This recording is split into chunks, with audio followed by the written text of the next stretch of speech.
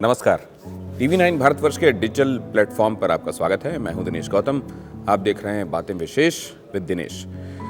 Corona को लेकर आंकड़ों के हिसाब से तो हम हर दिन इसको बढ़ते हुए देख रहे हैं और ये आंकड़े, इनकी बढ़ोतरी डराने वाली है।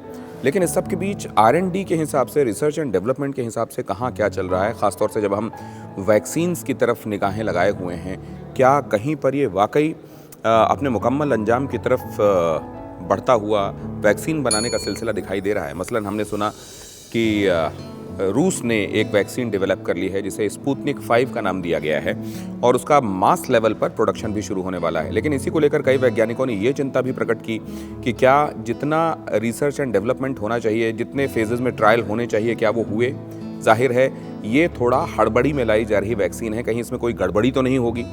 इसी बीच कुछ और फ्रंट्स पर भी काम चल रहा है, जैसे ऑक्सफोर्ड एस्ट्राजेनेका यहाँ यूके में काम चल रहा है, जिसमें भारत का सीरम इंस्टीट्यूट ऑफ इंडिया ये भी मदद कर रहा है। और अगर यहाँ पर वैक्सीन बनाने का काम सक्सेसफुल हो जाता है तो मास लेवल पर प्रोडक्शन इसका होगा। 2 और 3 लेवल के ट्रायल में सीरम इंस्टीट्यूट ऑफ इंडिया भी मदद कर रहा है एस्ट्राजेनेका की।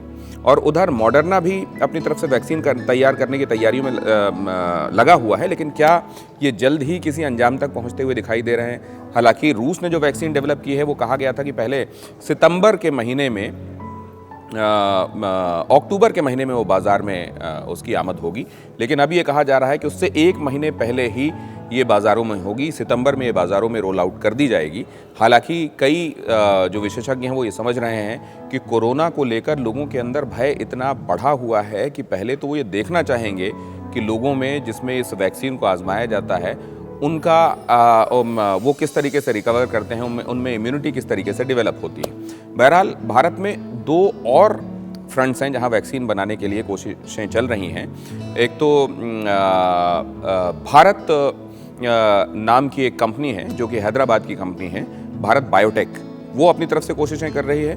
और जाइडस भी अपनी तरफ से कोशिश कर रही है, जिसको जायकोव का नाम दिया जा रहा है वैक्सीन को बनाने के लिए।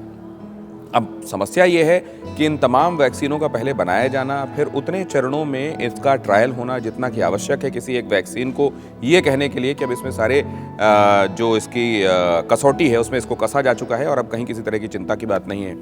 और फिर ये भी कि कई दावे जो ये होते रहे हैं कि वैक्सीन बनाने की कोशिशें तो चल रही हैं, लेकिन RNA से संबंधित जो बीमारियाँ होती हैं, जैसे हमने देखा एड्स के मामले में, HIV के मामले में, कि उसमें आज तक वैक्सीन नहीं आ पाई है। दवाएं आ गई जिनसे उपचार हो रहा है, लेकिन वैक्सीन नहीं बनाई जा सकी। तो क्या क्योंकि यहाँ पर भी जो राइबो न्यूक्लिक एसिड, यही न्यूक्लिक एसिड है जिसके ज़रिए वो म्यूटेट करता है, रेप्लिकेट करता है खुद को, क्या यहाँ पर भी वो एक चैलेंज रहेगा? या यहाँ वाकई तमाम उन स्ट्रेन्स का ध्यान रखते हुए एक ऐसी वैक्सीन आएगी जो सब पर कारआमद होगी? वो मैं इसलिए कह रहा हूँ क्योंकि ये म्यूटेशन का लक्षण है, इसमें कई जीनों को म्यूटेट कर लेता है। तो जब तक आप एक ख़ास स्ट्रेन के लिए अपनी वैक्सीन बनाते हैं तब तक एक वही रूप बदल कर आपके सामने आ जाता है। एक आम बोलचाल की भाषा में आप ये समझ लीजिए कि जब तक आपने एक के लिए कोई एक बुलेट बनाई तब तक उसने अपना रूप ही बदल लिया। तो ये रूप बदलने वाले, क्योंकि अभी मलेशिया से ये खबर आ रही है कि इसका सबसे ख़तरनाक स्ट्रेन जो है कोविड वायरस का, वो वहाँ पर है, उसका संक्रमण और भी तेज़ी के साथ होता है। तो जहाँ इस तरह के चैलेंजेस हैं, अब भी इसके कई स्ट्रेन देखने को मिल रहे हैं जो कई बहुत संक्रामक स्ट्रेन हैं। तो ऐसे में कोई कारआमद एक वैक्सीन बनाई जा सकती है क्या?